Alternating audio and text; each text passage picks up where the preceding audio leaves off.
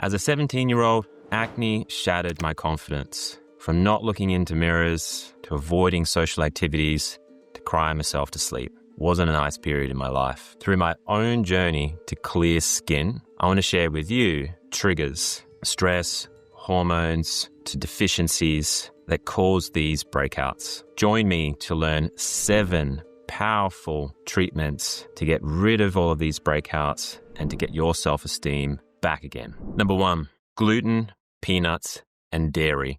Now, these foods have unique qualities about them. They basically have proteins within them that increase the growth rate of the skin. Now, the outer layers of the skin are dead. The deeper layers are alive, and they're always growing.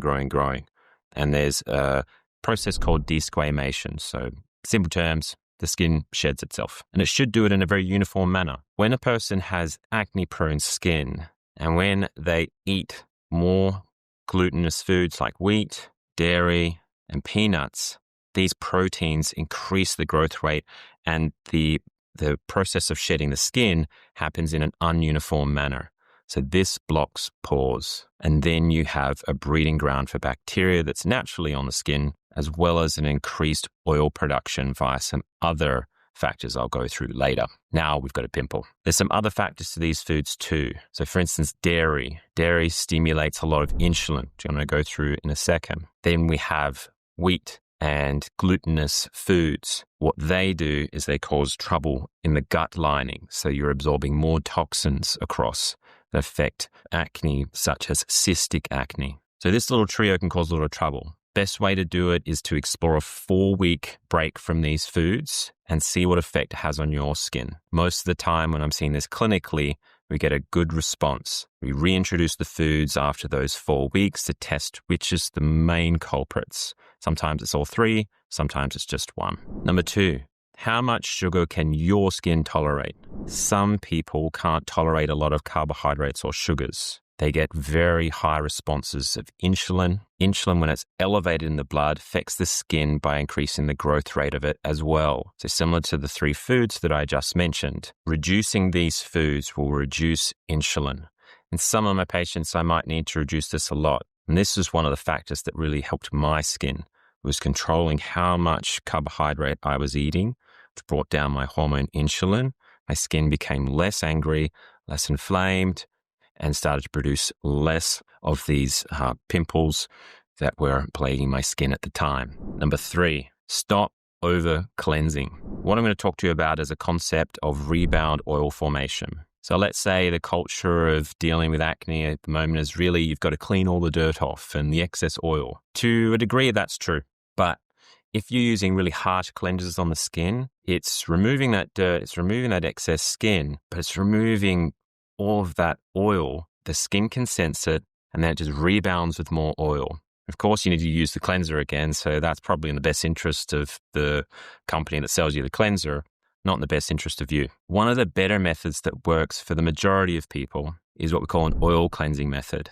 So we get an oil cleansing formulation. A lot of them are based on castor oil, and essentially you apply that oil to the skin and quite liberally. So skin's quite oily after this, which seems that you're doing the opposite of what you want. So you're applying that oil, then you're using a circular motion when you're applying it. So this is removing dead skin cells, dirt, any excess bacteria. It's also dissolving some of that excess oil. You get a hot towel, so just some hot water, a really clean towel, and then you're removing the excess oil that you applied, and then all of the stuff that goes with it, the dirt, the excess skin, the excess bacteria, and the excess oil. But because you haven't used a cleanser, you haven't stripped away all that oil, the skin senses nothing missing.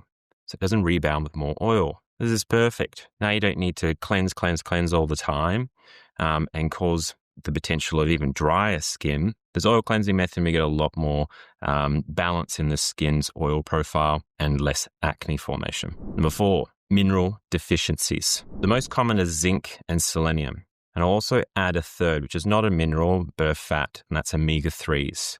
These are the 3 most common deficiencies that we see with acne-prone skin. Zinc is crucial for balancing the oil production. It's crucial for balancing the hormonal profile that sometimes triggers more acne. So that relates to testosterone and also estrogen and progesterone in women. And it's needed for the skin to heal. So if your skin is struggling to heal, then there's more likelihood of scars forming. So scars form when skin heals slowly or is damaged quite, let's say, aggressively. So let's say in cystic acne where it's really deep and essentially there can be a lot of damage to the skin. They take ages to heal. Therefore, there's more likelihood of scarring. Zinc is really, really helpful here. Selenium. So selenium is really important for an antioxidant pathway that relates to glutathione. And glutathione is really important for protecting the skin layers and reducing inflammation. So if you're low in this, then you're going to be more inflamed on the skin. Really easy fix for this one is just eat 4 Brazil nuts per day and you'll get your daily requirements of selenium. Omega-3s. These essential fats, if you don't have enough of them, the oil or what we call sebum in the skin is generally a little bit stickier, doesn't flow as well. So that's going to be more likely to block the pore and then essentially feed the bacteria in there that causes all these inflammatory responses and causes a pimple. Your skin is going to be more likely to be inflamed in general. So if you have enough of them from, say, fish, shellfish, seaweeds, and then you have some plant sources as well, which generally aren't as good, but they are complementary to the other foods I just told you there, which are flaxseed, chia seed, hemp seed, and green leafy vegetables. If you have enough of those in the skin, you're less likely to be inflamed. You'll heal faster along with that zinc coming up. You'll have a freer flowing oil production in those pores, and your skin's going to be way better hydrated too. So you're going to love that. Number 5, low sun exposure. Now, UVs are damaging to the skin in excess. So we all know about that and that they can increase the rate of skin cancer and cause photo damage or sun damage and age us a little bit faster. But if you don't have enough, then it really affects acne-prone skin. And it does it by the fact that UV, when it's exposed on the skin, kills the excess bacteria that may be there, feeding off all that oil and causing all of these acne-type lesions. And it also makes the skin grow faster. So UV slows down or modulates the rate of how fast the skin grows. That's super important. Number 6, constipation. If you're constipated, especially as a woman, you are recirculating toxins. And this obviously occurs in men too. But as a woman, you've got the other one that the majority of your hormonal detoxification goes from the liver through to the bowel and then exits the body. If you're constipated, you recirculate those hormones excessively. So this makes post-ovulatory or premenstrual acne really, really bad. So it's really important to get that bowel moving. Make sure you're hydrated enough. Make sure that you've got an adequate amount of fiber. Make sure that you're active and that you have regularity in your daily rhythms. So when you wake, when you're eating, and that promotes a really consistent bowel motion. Now, there are some intricacies that make other people a lot more constipated, even if they are following those recommendations. Reach out in the comments section and I'll give you some tips on what that could be. I'll also be developing some future videos on how to treat stubborn constipation patterns. Number 7, testosterone and other hormones. Now, I put testosterone last due to the fact that it's not the main culprit. Take it from me, testosterone is blamed for every teenager's acne. And it's not true. I can have a teenager over here, same age, and has even higher testosterone. Another teenager over here with higher testosterone than they've ever had in their lifetime, but it's not as high as this person. That person can have tons of acne. It's because of all the other factors that contribute to acne formation. Now, if you take me as a good example, what were the main factors that helped me get my skin to where it is today? And it was basically making sure I was detoxifying via the bowel more adequately. I thought I was processing a lot of my waste properly, but I wasn't. So I needed to eliminate more frequently, so up to twice a day rather than just once or potentially skipping. The other one was controlling my carbohydrates. And then also I was very prone to the effects of gluten on my skin.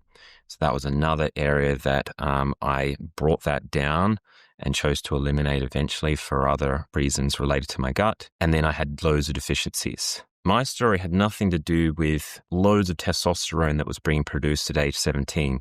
I probably had 10 points on my testosterone value compared to what I am today in my 30s. That one's a really good example, and I've seen tons of those examples relate to my patients as well. But in some instances, testosterone might be an issue, and I probably find that more so in women that have a PCOS background. So they've got high insulin, high amounts of testosterone, and I'll go into kind of reasonings and causes to that in a future video. But essentially that is playing a part in terms of their acne development. It makes their skin thicker, it makes their skin oil production higher, and because they've got the excessive insulin, their skin grows faster and they're really inflamed at the time. So they've got a little bit more of a complex medley that produces their acne formation. Now we have some other women that'll have testosterone high, estrogen high, progesterone high. It's basically all the hormones are not being metabolized very well.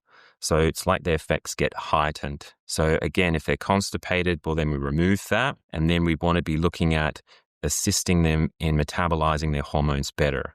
So that could be by reducing stress. It could be via improving their zinc status because they might be deficient. They might be deficient in iodine and have a thyroid issue as well, because iodine is needed to produce thyroid hormone. So it can get a little bit complex. This is where an expert can be very, very helpful to decipher all of those different patterns that are contributing to hormonal acne formation. Now, the bonus factor that I'll add in here, and I mentioned at the start of the video, is stress. Every single factor I've gone through, your reactions to food, the deficiencies, the insulin, it's all made worse if you're excessively or chronically stressed. And if that goes into that I can't sleep, that I'm unable to manage my emotions and, I'm getting really overwhelmed all the time, then the body just doesn't operate very well. So all those factors get worse, as I said. So it's really important to do all those other steps and find out which are the ones that are really affecting your acne. And then also put on top of that good amounts of sleep, good amounts of physical activity, and manage that stress if it's high.